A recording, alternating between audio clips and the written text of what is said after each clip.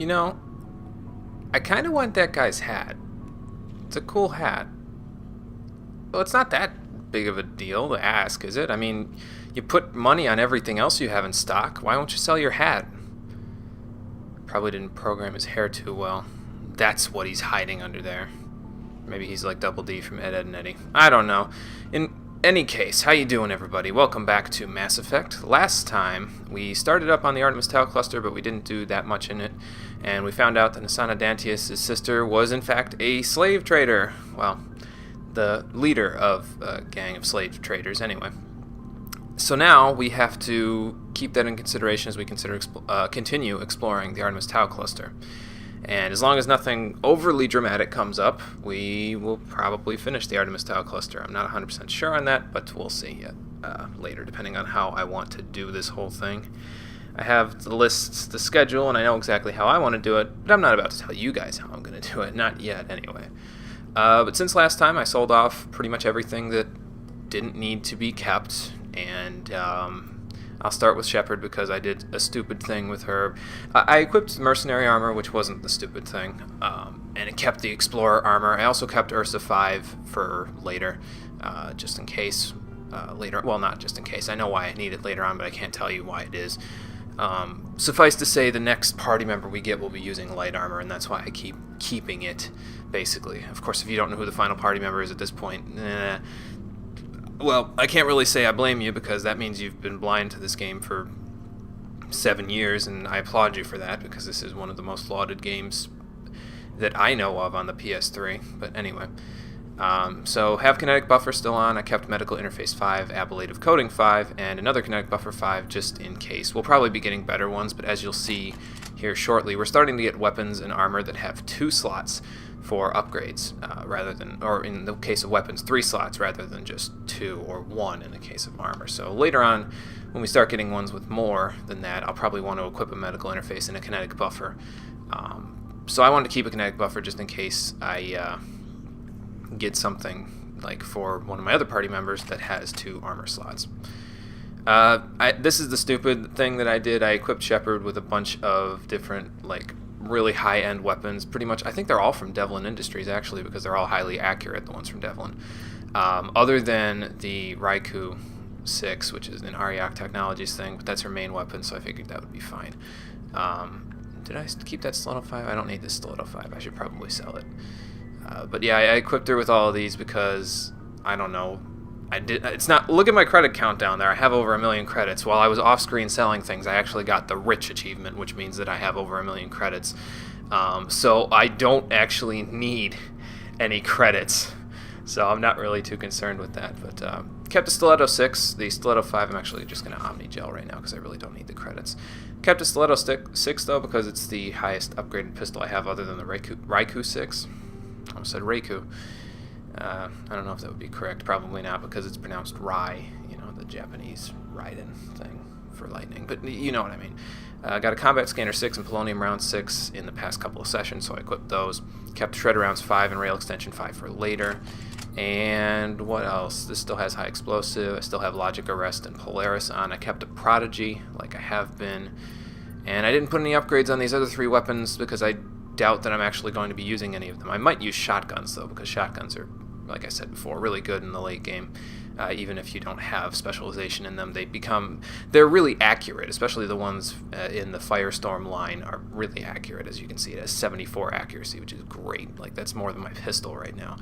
It doesn't make up for the fact that I don't have specialization in it, but it's pretty nice regardless. I think that's it for that. We'll start over here with Tali, because I actually equipped her with, if we go over to armor, the Phoenix 6 armor. So she actually has a different outfit on now, rather than she did before. I like the Phoenix outfits on her. They look nice. They have that, I don't know.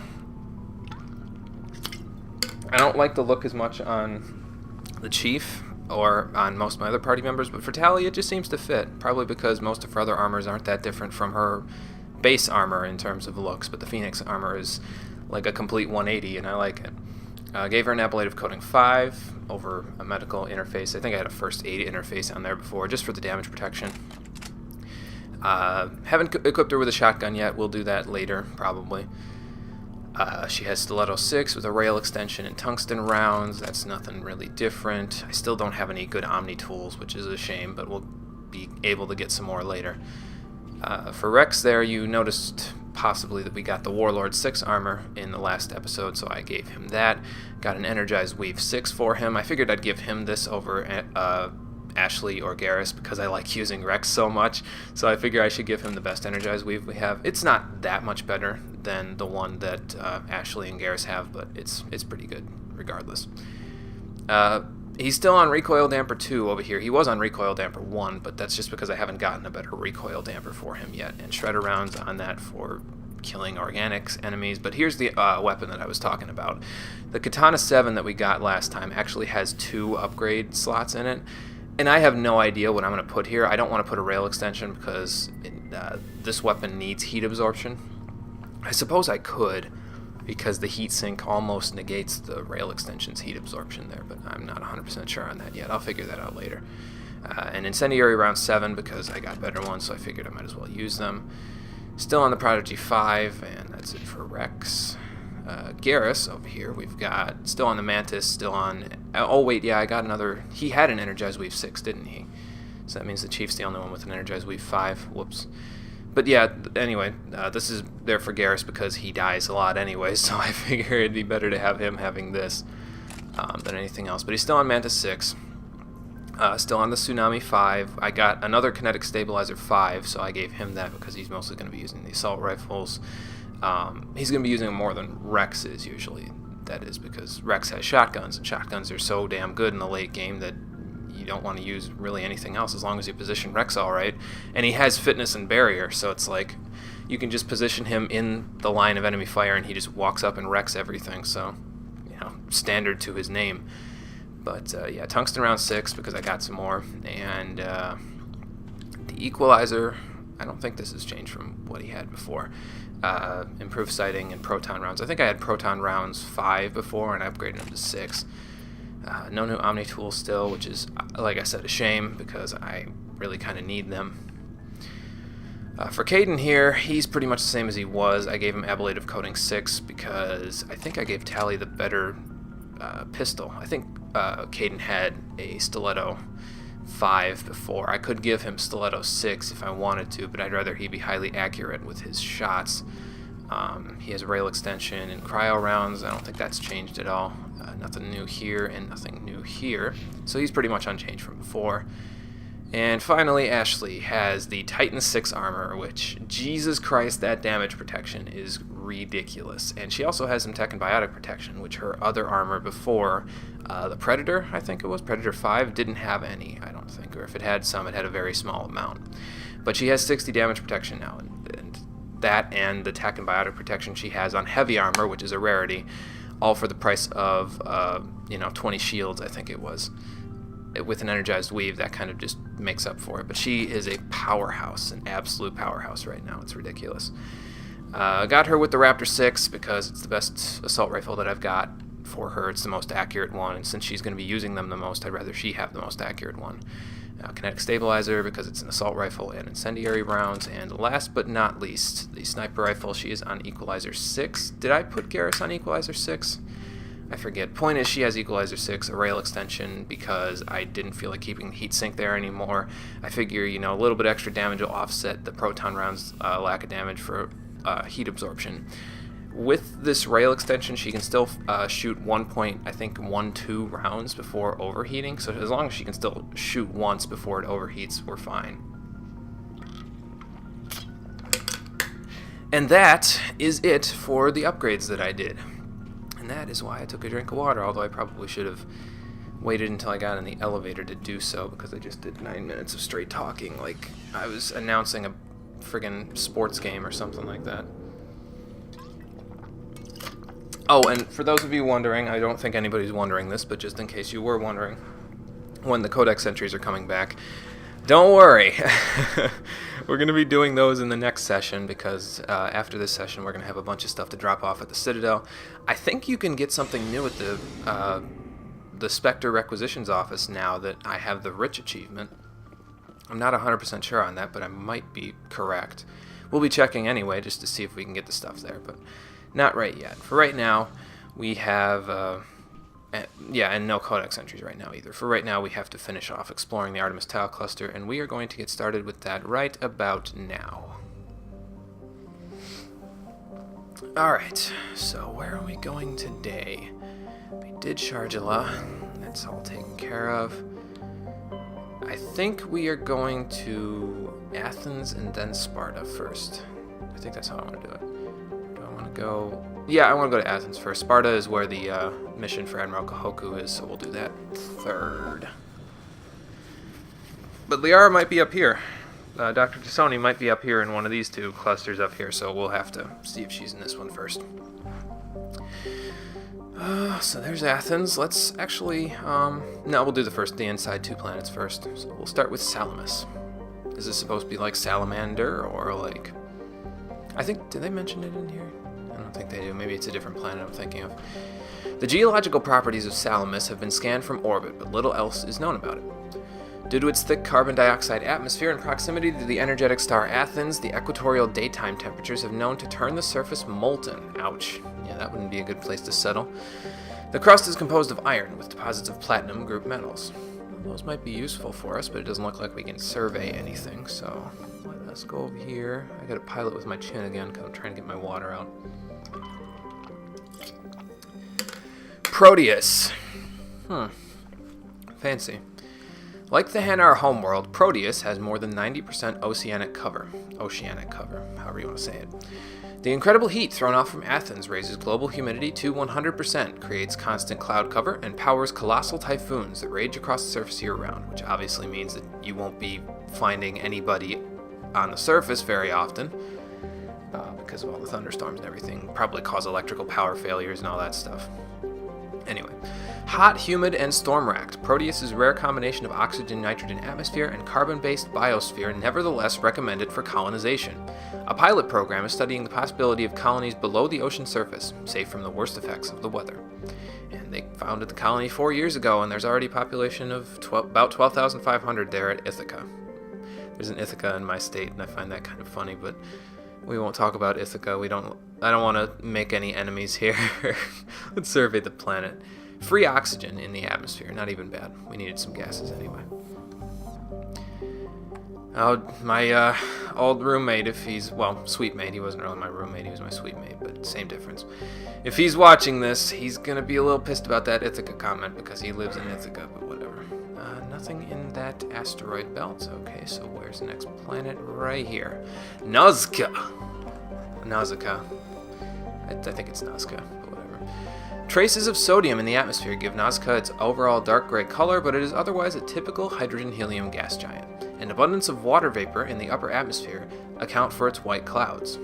I wonder if those vapors are extractable. I mean, I don't think a gas giant needs water vapor. It's not like it needs to rain on the surface or anything, because there isn't really a surface. It's just kind of a cloud of gases all centered around a huge center of gravity, you know?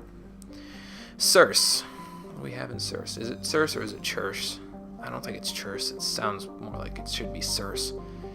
But it is a modestly sized hydrogen-helium gas giant with traces of sulfur and chlorine. These give it its striking yellow-green tint. I'm not seeing too much green. But whatever. As the development of Proteus colony continues, Circe will likely be developed for helium-3 mining. That makes sense. You don't have to skim water vapor off the surface to get to this one. And we get a large concentration of helium-3. This is probably where I got so many of the gases, because I think the last time I did this, I played this game, I think I went to, this cluster as my first main mission, so. Pharos? I thought we already went to Pharos. No, this is a different spelling of Pharos. It's based on the Greek... What was Pharos in Greek tradition? I forget. Cole could probably tell me, but he's not here right now. He's upstairs. He's busy. Distant Pharos has seen only a cursory examination by an unmanned probe. It has a trace atmosphere of nitrogen and argon. Its surface is mainly composed of tin with deposits of carbon. I wonder why it's all green like that then. Possibly the tin? Maybe because it's all cold and stuff, I don't know. Deeper craters have been partly filled by ice, suggesting there may be significant amount of water, locked up beneath its frozen surface. A large ice-bright crater in the southern hemisphere makes the planet visible from the inner system, leading to the planet's name. Okay, so it has something Pharos has something to do with a crater. I'll probably put it on the screen what exactly it has to do with the Greek tradition. But we got a Turian insignia from the Magna colony on one of its moons. Okay, cool. But that's it for Athens, I think. We went to Salamis, we went to Proteus, Circe, and Nausicaa, and here, and there's nothing in the asteroid belt. I don't think Athens ever has a mission, to be completely honest with you. I think it just sits there for ever and ever, and it's just kind of there. Maybe it's just there as a sort of like a tutorial, maybe, for people who are exploring the galaxy. Although I don't know why you need a tutorial for scanning planets and stuff. That seems kind of silly. But whatever. Let us go to Sparta next. Or, Sparta! Because I keep saying Sparta like there's a D in it. What is this, Devil May Cry? I've never really played that game, so I can't really make references to it. I played 3 a little bit, but 3's pretty hard, so I didn't really get that far in it. Tremanra. I think that's how you say it, although that sounds kind of like a ghetto name, but that's just me making more enemies of people in my audience. Maybe it's Tremanri. I don't know. It's a dwarf planet composed of light magnesium silicates with deposits of aluminum. Its surface is covered by wide swaths of ancient, dark basaltic lava, possibly indicating the world was created through an impact with some other body in the system. I wonder which body. Maybe we'll find out. Tremanra's magnetic field is non-existent. This makes it impossible for ships to dump drive charge from orbit.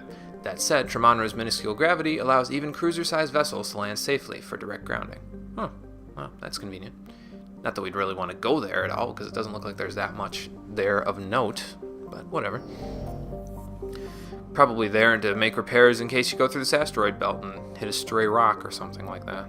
Let's see if there's anything here. Aha! An asteroid cluster. Small siliceous asteroids. What do we got? A Prothean data disk. Alright, cool. One of the larger asteroids had it and had a small functioning biodome on it. Protheans seem to be doing a lot of work outside of, in deep space like that, like on asteroids and stuff. I wonder why. I don't think they ever explained that, but anyway. Aeolus! Commander, I'm picking up a signal from the planet's surface. It looks like an automated distress beacon. Well, I think we found Admiral Kahoku's men. They're probably on Aeolus here, but before we go there, let's do the normal thing and scan the rest of the planets here. Altea. Altea is an unusually large terrestrial world with a trace atmosphere of methane and ammonia. The surface is frozen and mainly composed of sandstone and other sedimentary rocks with deposits of iron and chlorides. Judging by the sedimentary composition of the crust, it appears that Altea once possessed an atmosphere thick enough to support some form of liquid. Yeah, otherwise it wouldn't be as sedimentary, would it? It'd be more igneous, because igneous is more formed from molten surfaces and stuff like that, like the mantle. It's mainly formed in the mantle, if I remember right, or is that metamorphic rocks? I haven't taken earth science in a million years, so I don't even remember. I know sedimentary rocks are formed more around water bodies, I think. I don't know. Just correct me in the comments, please. I don't know what I'm talking about. I'm an idiot. But anyway, what cataclysm stripped the atmosphere and left the planet to freeze is not currently known. That's a good question. I think I'd like to know that, but I don't think they explain what did that to it. Probably has something to do with the Protheans, to be completely honest, because, I mean, really, they got wiped out by these Reapers 50,000 years ago. Maybe the Reapers wiped out... Maybe the Protheans were on Altea at one point, like they had a settlement there, and then the Reapers just destroyed it, and removed the atmosphere, basically, or the water vapors in the atmosphere, just dried the whole planet up. You never know. On to Malka. I felt like I was going to sneeze there, and that's why I paused, but I didn't. On to Malka is a large hydrogen-helium gas giant with traces of chlorine and sulfur in the atmosphere. Its massive gravity well tugs many asteroids from the outer belt inwards, past the orbit of Altea and Aeolus, and eventually to settle in the inner belt. Onto Malka's orbit is congested with hundreds of captured moons. Hundreds, plural? Holy shit. Most last only a few thousand years before being ejected, dragged down into the atmosphere, or ripped apart by tidal forces and added to the gas giant's immense rings. Attempting to navigate this chaotic environment is hazardous at best. Ships without military-grade kinetic barriers are likely to suffer catastrophic impacts. Good to know, but we have military-grade kinetic barriers, so we'll be fine. we have detected some hydrogen here. Yeah, this is definitely the reason why I had so many gases when I was coming out of the Artemis Tau cluster last time. Let's check this asteroid belt real quick. You know, this is probably why Antamalka has so many captured... I think they just mentioned it in the description, but this is probably why they have so many captured satellite bodies, because there's an asteroid belt like right here, and that's a gas giant with rings and has a huge gravity well and all that other stuff, so it's like... It's probably why that's there. Nothing in this one? Doesn't look like it. Nope. I'm just checking to make sure. Alsages, I think. Small distant Alsages is it Alsages? I don't know. But small distant Alsages is a small terrestrial with a trace atmosphere of methane and argon. The surface is composed of water ice and calcium with occasional deposits of light metals. Excuse me. During the Alliance's pirate suppression campaign in the 2160s, the Batarian Elwam Ranpera, I think, was caught with his frigate Tunaran grounded on Alsages for drive discharge. When challenged by the cruiser Hyderabad, what a name, Ranpera refused to surrender. The Tunaran was destroyed attempting to take off. The debris is strewn across the southern atmosphere. Well, you gotta know when to surrender and when not to, buddy. I mean, just because you go down with the ship doesn't mean that you are any more remembered. The only thing you're remembered right now is being on the butt end of an Alliance cruiser, you know. And we found some plutonium down in Alsages. Maybe that's why it's so glowy, because it's all radioactive and stuff. Of course, that might be a dangerous place to land if you're trying to discharge your drive core, but what the hell do I know? I don't live in this universe.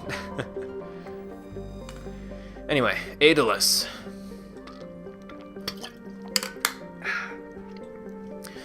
Daedalus is a terrestrial planet with an atmosphere of carbon dioxide and nitrogen.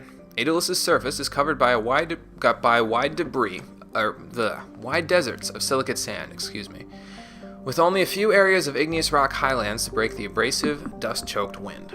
Good thing we don't have to breathe it in, then. Daedalus's orbit is congested with debris thrown inwards by the gravity of the gas giant Antamalka. Due to a high rate of meteor impacts, exploration is highly dangerous. Oh, great, so now we're going to have the whole, explosion sound effect going on in the background like we did on that one planet, and I forget which one it is already.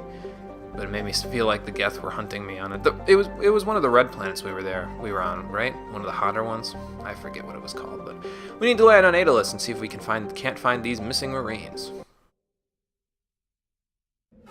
Considering this is an Alliance personnel mission, I think Caden and Ashley would probably want to come along, just in a case, something strange was happening and we would need to, evacuate anybody or anything like that. They'd probably be happy to see us if we had some friendly faces on board, you know what I mean, rather than bringing someone like Rex. We're not trying to intimidate anybody after all.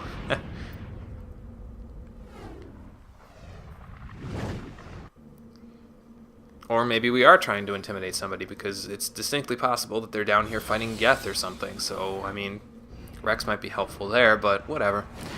We're already here, so let's just go exploring and see what we can find. Yeah, you see, you can hear the fire, the meteor impacts all over the place in the background. And it's slightly annoying, but, well, whatever. Missing Marines, land on Daedalus, just did that. So now we have to go and find... I have another journal entry. What else do I have? Something in assignments. Oh, yeah, gases are done for valuable minerals. Light metals and heavy metals are 3/4 done. That's kind of surprising. The only thing we're really missing is rare earths, which is probably stuff in the other clusters that we just haven't gone to yet. But, let's see. Distress signal is dead ahead, so I think we will go there first, just because... Well, if it's straight ahead, I don't mind going that way. That way I don't have to go over all this crazy-ass topography, although this planet looks relatively flat, so I don't think it'd be that bad of a drive if we were going in a different direction. But we might as well go straight first.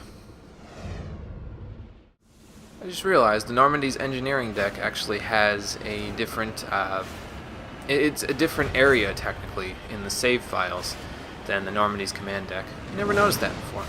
Probably because I almost never save in the engineering deck, but I save down there just in case of me messing something up while I was selling stuff. Because there's a lot of stuff to sell, and I didn't want to mess anything up. Well, that looks like the site of our distress signal. Looks relatively abandoned, though. Although this is flatland, so you know what that means. I think we know what might have caused them to send a distress signal out. Hopefully they're holed up here somewhere. Those look like bodies. I don't like this. I knew it! Damn it. Yeah, shut up and get back in the ground where you belong. Well, there's a distress signal. I'm not seeing any alive Marines, though, which is no good. Get back in the ground. I'll try to stay out of his way, though, because I really don't feel like getting blasted into the atmosphere like I did that last time. Oh, shit. Well, there goes that. Let's run away a little bit. Hurt a little bit. I need to repair at some point.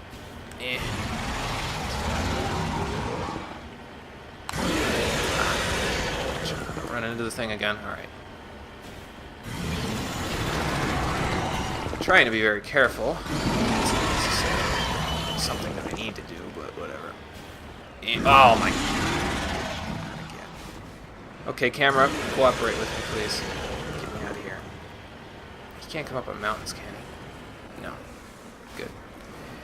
I'm gonna go up here real quick because another hit and I'm dead, and you can't really tell where he's gonna come out of, so I think I'm gonna repair real quick.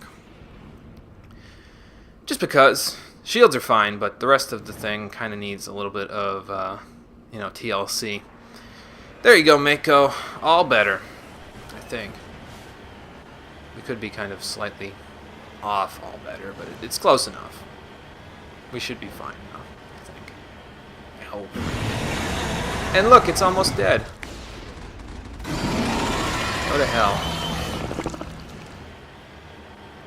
Now, is he dead this time, or is he going to spawn up and pretend like he's a zombie? Make me kill him again. No, I think he's dead. Well, doesn't look like our Marines survived. Yeah, see, there's all the new weapons that I put on Shepard's back. Again, I don't know why, I just felt like doing that. Whatever. I didn't need the extra money, so whatever. Alliance soldiers. Looks like they were lured here by the distress beacon. Yeah, makes sense. Doesn't look like any of them survived. We need to tell them what happened here. Probably a good idea there, Lieutenant. But first things first, can we deactivate this distress signal? No, it doesn't look like it. I figure maybe we could deactivate it so that way it doesn't bring any people here. But I don't think you do that in this mission. I think that's in a different mission where you destroy it. Did we already do that mission? I forget. Oh well, if we didn't, well, now you know. I'm pretty sure there's a mission where you destroy a distress signal so that people don't come back. Oh no, we already deactivated that. That was in Geth Incursions. Alright. So now we have to go speak to Admiral Kahoku, which gives us even more reason to go back to the Citadel now. That's another anomaly, and since we just saw a Thresher Maw, I'm not about to say, hey, you know, we killed all the Thresher Maws on the surface of this planet because this is a desert planet, and therefore, since it's probably similar to Aku's, excuse me, I'm not about to bet that there aren't any more Thresher Maws on the surface. But if we can eradicate them, that's good. Get rid of these abominations. Because, like, what the hell do they do for the ecosystem of the planet? And actually, do we have a thing for Thresher Maws in our codex? I think we do. Or if we don't, we do now that we did that mission there. But basically, the point of it is, I'm pretty sure they exist in, like, eggs or something like that, and they can just, like, fly through space for, like, tens of thousands of years in this egg and not get, like, killed or ripped apart by the vacuum of space for no apparent reason. Just because they're Thresher Maws, probably. Mummified Solarian, okay. Let's see what he's got on him. I'm on my way. But yeah, they can fly through space for like thousands and thousands of years until they hit a planet's surface, and then they just kind of come up out of the sand and just kill everything on the planet. So they're basically a parasite, but... Okay, another Solarian ID tag. This one for Captain Mylon. Wonder how it ended up here. Or how he ended up here, rather. I don't want to go down there. There's probably another Thresher Maw down there. Actually, no, that's not enough space for a Thresher Maw. They need a lot of room to roam, basically. Because they can come up essentially anywhere that there's flat land, so... Gotta be careful, though. And to be honest, really, once we've gotten one of them off the planet and we've confirmed that, you know, there are either no survivors on the planet or the planet has been sufficiently evacuated, and by sufficiently I mean everyone out, we can basically just call Alliance Command and say, hey guys, you know that planet where the distress beacon's coming from in the Sparta system, that planet Aeolus? You guys should just go and carpet bomb that place, because there's probably Thresher Maws around, and if they pop up, they're probably going to kill whoever comes for that distress beacon. So probably a good idea to carpet bomb the distress beacon to death from orbit, because it's possible that the Thresher Maw will come up, and then he'll, you know, maybe we'll be able to do some damage to him while he's trying to investigate the distress signal. Like, what the hell is that? Is that food? And then just carpet bombed to death. I'm not sure why I enjoy saying carpet bombing so much, but I suppose it was what happened with... Ooh, tungsten round 7. Ashley, do you have proton round 6 yet, or do you still have proton rounds 5? Let's find out. But yeah, I mean, oh no, she has 5, so we'll give her 6. Nice. But yeah, Akuz, when Shepard was there... There's a mineral deposit over here, I'm gonna go grab it.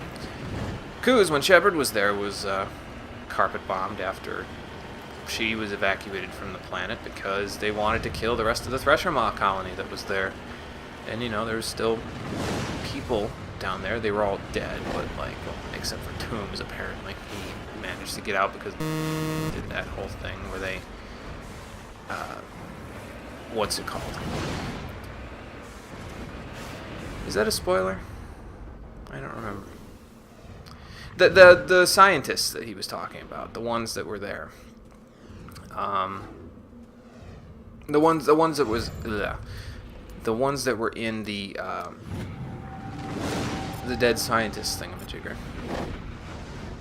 Yeah, that was probably a spoiler. I'll have to bleep that out. We got a deposit of lithium though, so that's nice. Now, is that I think that's a light metal, or is it a rare earth? And I'm gonna look at my journal and find out. I forget what it's considered. Light metal. Alright, fine. I think that's all we can do on the surface here. I think there's another Thresher Maw around, but again, I'm not about to stick around here and find out, so let's head back to the Normandy.